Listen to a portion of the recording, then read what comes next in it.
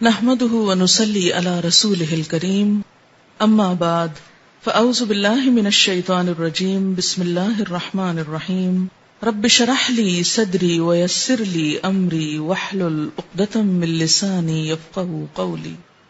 رجب کا مہینہ اور ہمارے معاشرے میں پائے جانے والی عبادات۔ رجب کے مہینے میں عموماً 3 کام کیے جاتے ہیں۔ ایک تو 27ویں کی رات کو جاگا جاتا ہے، پھر اگلے دن روزہ رکھا جاتا ہے، رات کو جاگ کر عبادت کی جاتی ہے، اور اس کی وجہ یہ بتائی جاتی ہے کہ اس رات حضور اکرم صلی اللہ علیہ وسلم معراج پر تشریف لے گئے، اور روزہ اسی مناسبت سے ایک فضیلت کا کام سمجھ کر رکھا جاتا ہے۔ تیسری چیز جو اس مہینے میں عام ہے وہ کونڈے کرنا ہے، جن کو امام جعفر رحمت اللہ علیہ کے نام سے منسوب کیا جاتا ہے۔ آج ہم ان تینوں چیزوں کا جائزہ لیں گے کہ ان کی حقیقت کیا ہے اور اس بارے میں ہمارا طرز عمل کیا ہونا چاہیے۔ رات کی عبادت، دن کا روزہ شب معراج کی نسبت سے، اور 22 رجب کو کونڈے کرنا امام جعفر کی نسبت سے۔ ان چیزوں کا جائزہ لینے سے پہلے یہ بات ہم اپنے ذہن میں پھر سے دہرا لیں کہ دین دراصل وہ دین ہے جو اللہ سبحانہ و تعالی نے ہم کو دیا ہے،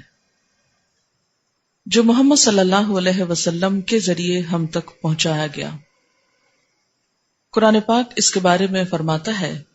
الیوم اکملت لکم دینکم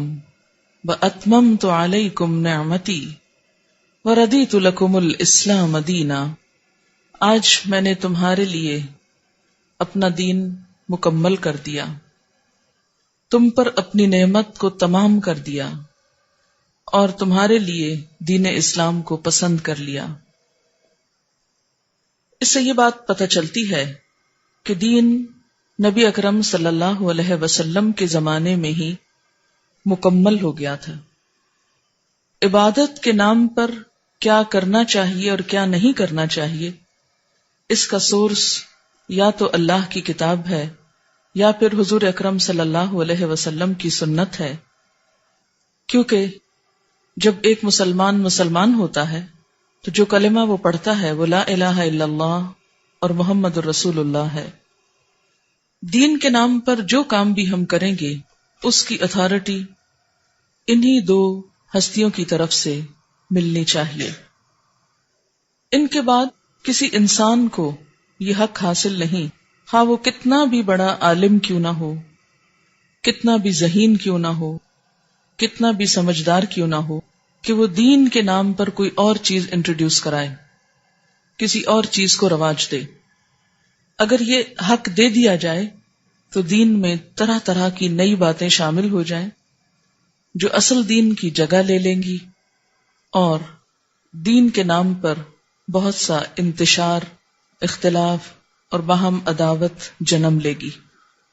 یہ 3 عبادات، رات کا جاگنا، دن کا روزہ، اور اس کے بعد 22 رجب کو امام جعفر صادق کے نام پر کچھ پکانا اور دینا،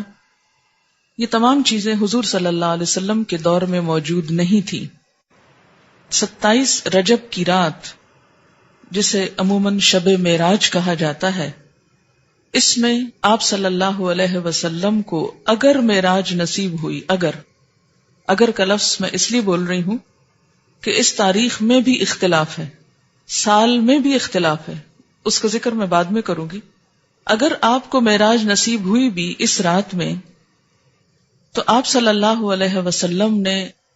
اسی رات جو مخصوص عبادت کی، اس کے بعد کبھی بھی ہر سال 27 رجب کو کوئی خاص عبادت نہیں کی، نہ ہی صحابہ کرام نے کبھی 27 رجب کی رات کو کوئی شب بیداری کی یا اس کی کوئی فضیلت بتائی۔ اسی طرح جہاں تک روزے کا تعلق ہے تو روزہ بھی سنت سے ثابت نہیں ہے، بلکہ اس کے برعکس روزے کے بارے میں کچھ روایات ایسی ملتی ہیں کہ جس میں روزے سے منع کیا گیا۔ مصنف ابن ابی شیبہ کی روایت ہے، حضرت زید بن اسلم رضی اللہ تعالی عنہ سے روایت ہے کہ رسول اللہ صلی اللہ علیہ وسلم سے